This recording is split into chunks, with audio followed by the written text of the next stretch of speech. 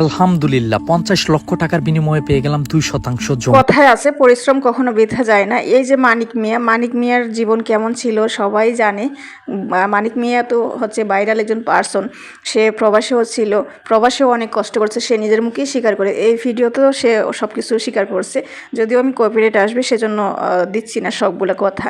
উনি বলছিলেন অনেক পরিশ্রম করছে, জীবনে অনেক কষ্ট করছে। উনি অতীতের কথা বলতে উনি লজ্জা বা দ্বিধাবোধ করে নাই। অনেকে আছে অতীতের কথা বলতে চায় না, অতীতের কোনো খারাপ স্মৃতি কারোর কাছে প্রকাশ করতে চায় না, কিন্তু উনি সবই বলছিল, এখনও বলছে, আমার মনে হয় ভবিষ্যতেও বলবে।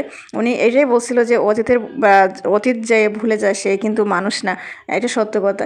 উনি বলছিল যে আমাদের বাড়ি ছিল না, ঘর ছিল না, কিছুই ছিল না, প্রবাসে অনেক কষ্ট পরিশ্রম করছে। এমনকি উনি এক কোম্পানির নাম বলছিল, যে কোম্পানিতে উনি চাকরি করে, ওই কোম্পানির নাম পর্যন্ত বলছে যে ওইখানে আপনারা যোগাযোগ করে দেখতে পারেন আমি কতটা কষ্ট করছি, পরিশ্রম করছি। তো দেশে এসেও কিন্তু অনেক পরিশ্রম করছে। আমরা তো সবাই জানি, যেহেতু ভাইরাল পার্সন, অনলাইনে কী করে না করে আমরা তো সবাই দেখি, সব কিছুই আমাদের নজরে আছে। আজকে সে পরিশ্রম করার ফলে তার বাড়ি হয়েছে, ঘর হয়েছে, সবই হয়েছে। এমনকি তাদের শহরে 2% জমি 50 লক্ষ টাকা দিয়ে কিনছে। 2% জমি 50 লক্ষ টাকা, নিশ্চয়ই ওইটা অনেক ভালো একটা পজিশনে আছে, অনেক ভালো একটা হবে, যেহেতু এত দাম একটা জমি। তো দোয়া করে আল্লাহ আরও অনেক উপরে নিয়ে যাক।